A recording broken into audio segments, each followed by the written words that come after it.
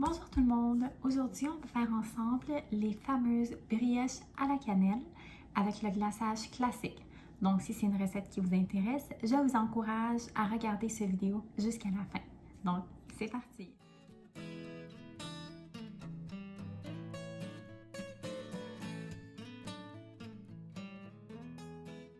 Donc, première étape, on va avoir besoin d'un bol dans lequel on va pouvoir incorporer tous nos ingrédients. 2 tasses de lait tiède. Donc, il suffit simplement de s'assurer que lorsqu'on met notre doigt dedans, c'est ni trop chaud ni trop froid. Donc, c'est la même température que notre corps. Ici, j'ai 2 cuillères et un quart à café de levure. Pardon. Ici, j'ai une demi-tasse de sucre granulé. Et ici, j'ai une demi-tasse de beurre fondu. Puis, finalement, ici, j'ai 4 tasses de farine que j'ai bien tamisée avant.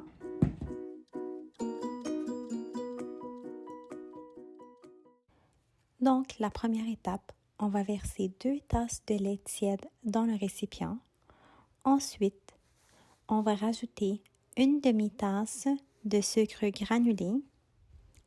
Et puis, on mélange le tout pour dissoudre le sucre dans le lait.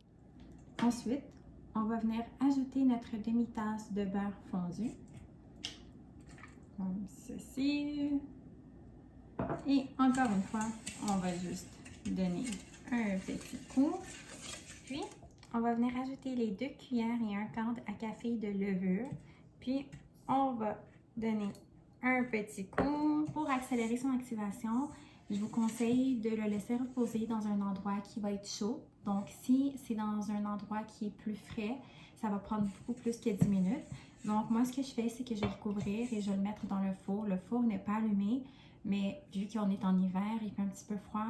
Donc, je préfère le conserver dans le four pour une dizaine de minutes et on va voir le résultat par la suite. Donc, je vous reviens dans 10 minutes.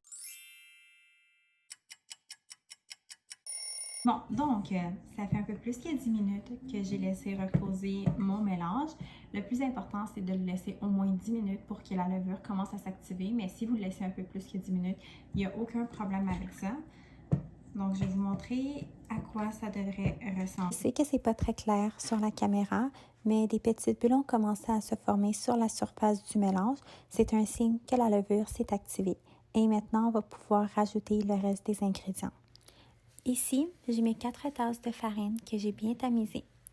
Donc, à cette étape, je vais rajouter toute la quantité de farine et je vais commencer à mélanger le tout graduellement, comme vous pouvez le voir.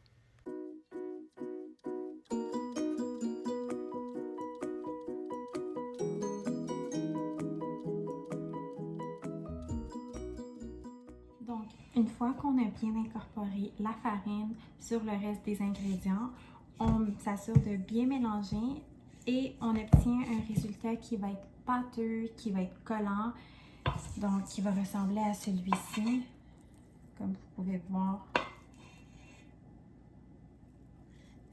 C'est collant, mais il n'y a aucun problème. Il ne faut pas s'inquiéter, c'est exactement ça qu'on veut comme résultat. Donc, on va laisser reposer le tout pendant 1 heure dans une pièce avec température ambiante ou dans un endroit un peu plus chaud.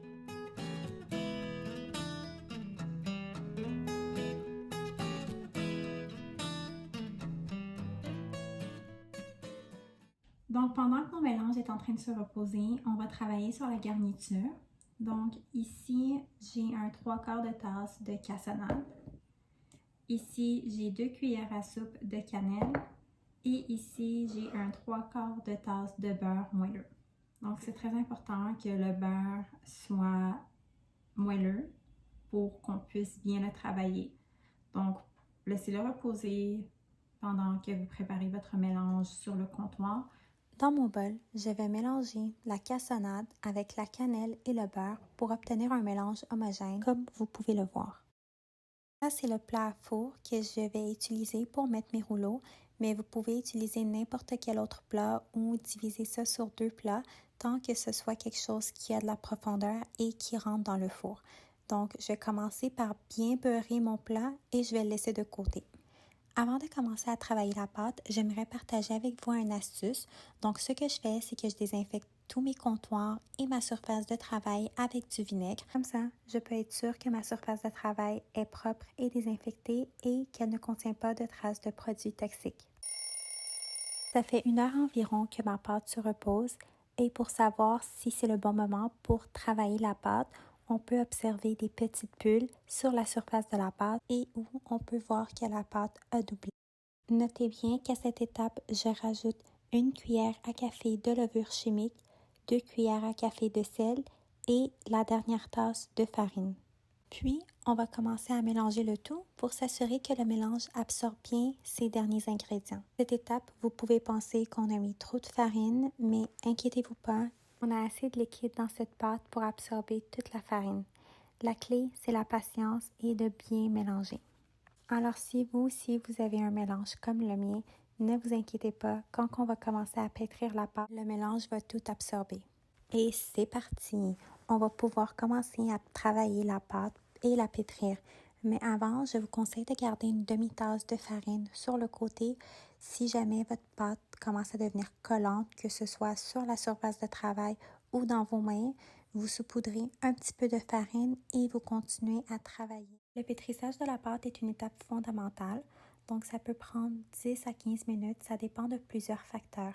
Puis, si jamais vous trouvez que la pâte devient collante, il suffit de saupoudrer la surface de travail, puis de continuer à mélanger et bien pétrir la pâte. 10 à 15 minutes plus tard, je vérifie l'élasticité de ma pâte. Si j'enfonce mon doigt sur la pâte et elle reprend forme, ça veut dire que la pâte est prête à être étalée. Sinon, on continue à pétrir la pâte encore quelques minutes jusqu'à temps qu'elle passe le test. Et maintenant vient le temps d'étaler la pâte. Mais avant, il est important de saupoudrer la surface de travail avec un petit peu de farine. C'est une étape importante pour éviter que la pâte ne colle sur le plan de travail. Puis, à l'aide de vos doigts, étalez votre pâte en lui donnant la forme rectangulaire. Enfin, une fois bien étalée et uniforme, à l'aide d'un couteau ou bien d'un grattoir, arrangez les bordures de la pâte pour affiner sa forme. Pour étaler la garniture, on va avoir besoin d'une spatule et de beaucoup de patience parce que c'est une étape fondamentale pour la réalisation de nos brioches. Moi, je préfère travailler section par section jusqu'à ce que le tout devienne uniforme. On est enfin prêt à rouler notre pâte. Vous pouvez rouler de droite à gauche ou le contraire en prenant le long côté avec délicatesse et avec la même technique que moi.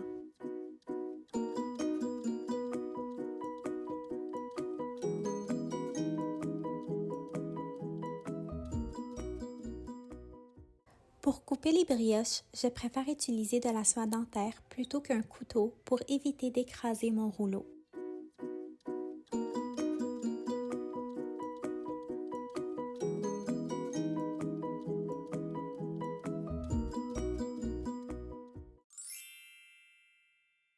Et voilà à quoi ressemblent nos brioches une fois coupées. Maintenant, il suffit de les laisser reposer de côté pendant 35 à 40 minutes avant de les faire cuire.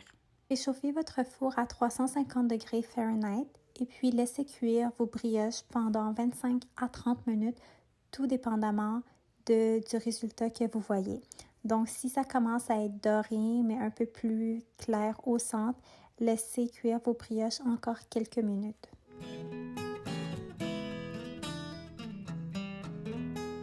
Pour mon glaçage au sucre classique, j'ai mélangé 2 tasses de sucre en poudre avec environ 3 à 4 cuillères à soupe d'eau, tout dépendamment de la consistance de votre glaçage. Une fois vos brioches sont cuites, laissez-les reposer environ 10 minutes avant de les